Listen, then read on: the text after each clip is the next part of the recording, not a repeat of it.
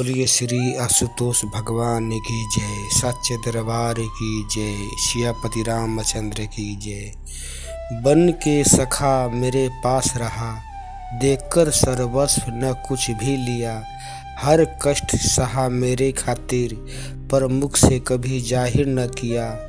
है नाज मुझे इस यारी पर, जो हर पल वफा निभाती है।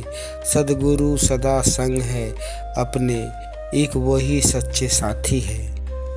आपके लिए बेशक यह मात्र कुछ पंक्तियां हों, पर मेरे लिए ये जीवन का अनुभव, सच्चाई और आधार है। इन्हें साकार किया है मैंने और मेरे परिवार ने, हमारे संरक्षक दिव्य गुरु श्री आशुतोष महाराज जी की करुणामयी कृपा से। इसलिए आज भी जब कभी मैं इन पंक्तियों को सुनता हूँ तो आत्मा द्रवित, हृदय स्पंदित और आंखें नम हो जाती हैं। होठों से बस दो ही शब्द प्रस्फुटित हो उठते हैं, हे आशुतोष, जय आशुतोष महाराज की। सच मानिए यह अनुभव मैं स्याही से नहीं अपितु अपने भावनाओं से लिख रहा हूँ, क्योंकि इस अनुभव से मैंने भावों के स्तर पर बहुत कुछ सीखा, समझा है कि गुरु सिर्फ विकट परिस्थितियों में साथ आकर ही खड़े नहीं होते, वे तो आने वाली विपत्तियों को पहले ही सूचना दे देते हैं, चाहे प्रत्यक्ष दिखाकर या बताकर, चाहे हल्का सा इशारा करके समझाकर। यही नहीं, गुरुदेव आपको आने वाली परिस्थितियों से जूझने के लिए तैयार भी करते हैं, चाहे आज्ञा का बांध लगाकर, चाहे साधना सेवा द्वारा, कर्म संस्कारों की फसल कटवा कर।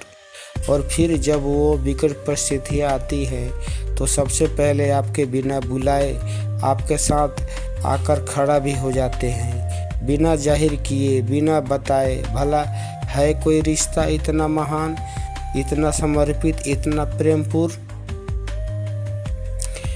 उस दिन मैं साधना कर रहा था, मुझे अनुभव में दिखा एक बहुत भयानक दृश्य।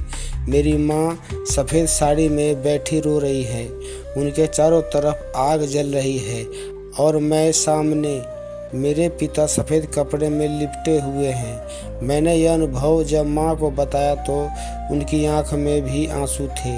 महाराज जी सब ठीक करेंगे, ऐसा कहकर हम दोनों ने ही एक दूसरे की सांत्वना दी। फिर दोबारा एक अनुभव हुआ। महाराज जी पीले रंग के चोले में दिखाई दिए। बहुत प्रेम से मुझसे कहा, अपने पापा को कहना आज से रोजाना दिन में जब भी समय मिले ओम श्री आशुतोषाय नमः का उन्हें जाप करना है, जरूर करना है। हमने पिताजी को बता दिया कि यह गुरु आज्ञा है और आपको जाप करना ही है। हालांकि पिताजी ने यह ज्ञान दीक्षा नहीं ली हुई थी, पर वे महाराज जी की कृपा के प्रत्यक्ष प्रमाणों के कई बार साक्षी थे, इसलिए वे मान गए और जाप करने लगे। उन दिनों मुझे भी प्रॉब्लम थी। एक नॉर्मल इंसान की हार्ट बीट अक्सर 70-80 प्रति मिनट तक रहती है, पर मेरी 120 से ऊपर 130, 40, 148 तक रहती थी। कोई जोर से चिल्ला दे या भयावह स्थिति हो तो मैं सहन नहीं कर पाता था। आने वाली परिस्थिति के दौरान यह छोटी सी परेशानी कहीं बड़ा रूप न ले ले।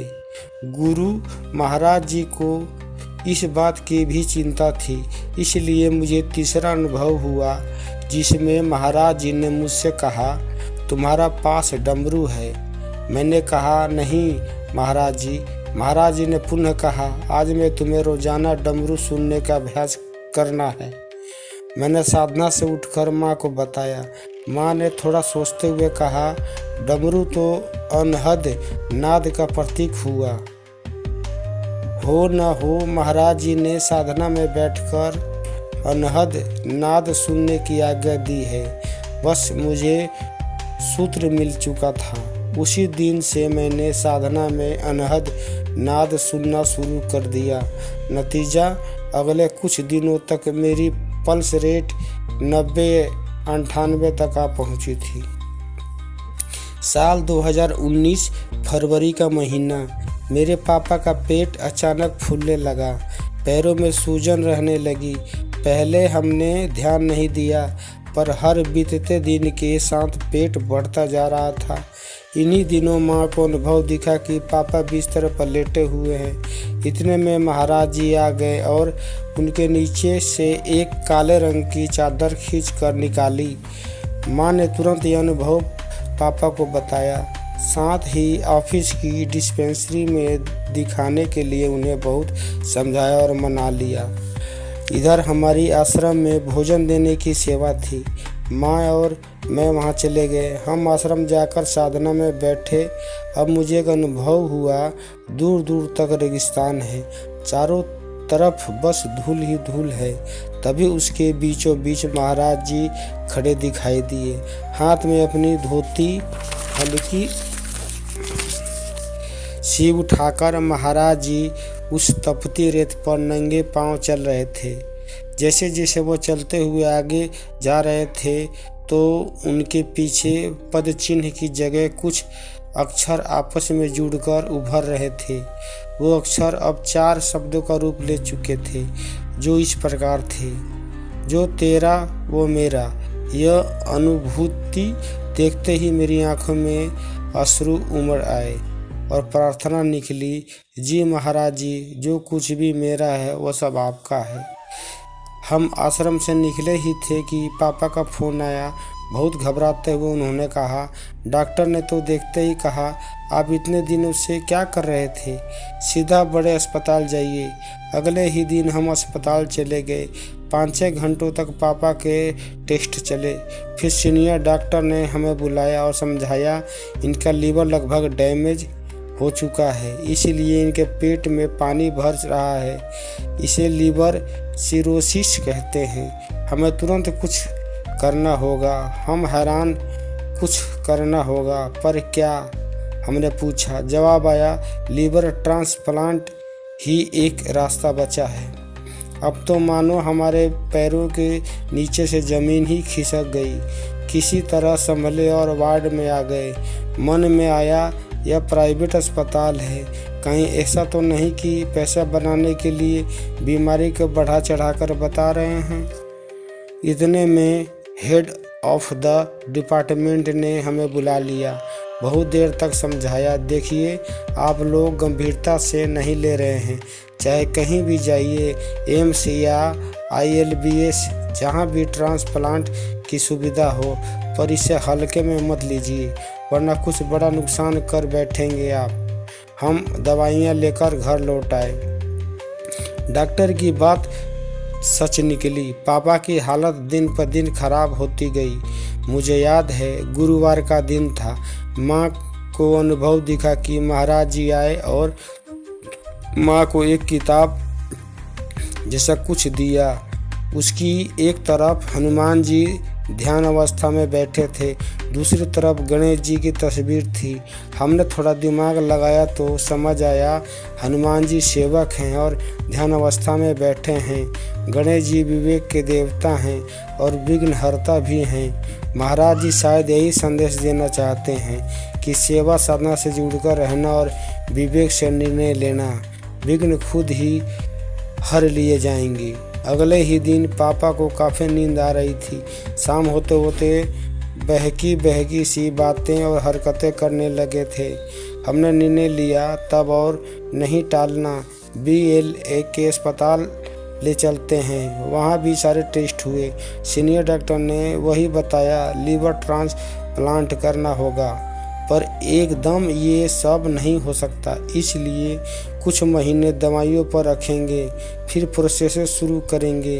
अभी आप घर ले जाओ, लेकिन पूरे दिन में 1 लीटर लिक्विड ही देना और नमक बिल्कुल भी नहीं।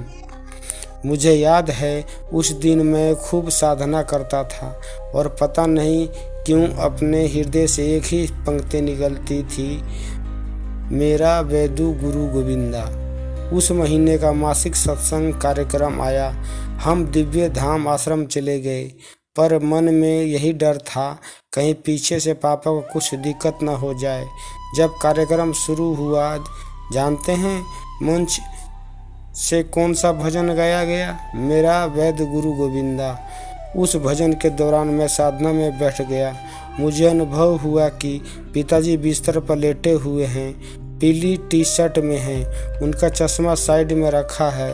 उनके साथ वाले सोफे पर साक्षात महाराज जी विराजमान हैं और बड़े प्यार से पापा की तरफ देख रहे हैं। घर पहुंचते ही मैंने देखा पिताजी बिल्कुल वैसे ही लेटे हुए थे। उनका चश्मा साइड पर रखा था और उन्होंने नहा धोकर आज पीले रंग की टी शर्ट पहन रखी थी। सच में अलौकिक है गुरु भक्ति पथ का हर पक्ष। कौन किसका सेवा में रहता है, हम महाराज जी की या स्वयं महाराज जी हमारी। हम सत्संग सुनने गए तो पीछे से महाराज जी पापा की देखरेख करने पहुंच गए। इसी दौरान हमने 2-3 और अस्पताल में भी पापा की रिपोर्ट दिखवा ली थी। सबने एक स्वर में कहा था लीवर ट्रांसप्लांट यही लास्ट ऑप्शन है, नहीं तो पापा मुश्किल से 6 महीने या ज़्यादा से 1 साल तक ही जिंदा रहेंगे। इसलिए अब हमारे सामने अगला प्रश्न था, लीवर डोनर कौन होगा? मेरे लिए माँ और पिताजी दोनों ही साफ इनकार कर दिया। अपनी वजह से तेरा जीवन नहीं खराब करेंगे। ऐसे में माँ ने निर्णय लिया कि वो अपना लीवर डोनेट करेंगी। हमें सर्जरी की तारीख दे दी गई 12 सितंबर। बताया गया कि ये मेजर सर्जरी है, 15-16 घंटे चलेगी। पिताजी का पुराना लीवर निकाल दिया जाएगा। माँ का 70% लीवर निकाल कर पापा का शरीर में लगाया जाएगा। उसके बाद लगभग 1 महीने के लिए एडमिट रहना पड़ेगा। उस समय माँ और मैंने गुरु महाराज जी के स्वरूप के सामने बस यही प्रार्थना की, महाराज जी जीवन की इन परिस्थितियों में निखर कर ही निकलें, बिखर कर नहीं। आगे क्या हुआ, चलिए मित्रों हम आगे की कहानी में अगले अंक में पढ़ेंगे। इसी का ये वीडियो आपने जो देखा, ये वीडियो जो है श्री आशुतोष महाराज जी के सत्संग से अखंड ज्ञान पुस्तक से वीडियो को पढ़कर बनाया गया है। अगर आप लोगों को ये वीडियो अच्छी लगी तो आप लोगों को चैनल को लाइक सब्सक्राइब करके कमेंट में जय श्री आशुतोष जी महाराज लिखना ना भूलें। चलिए फिर इसी के साथ हमें वीडियो को यही समाप्त करते हैं।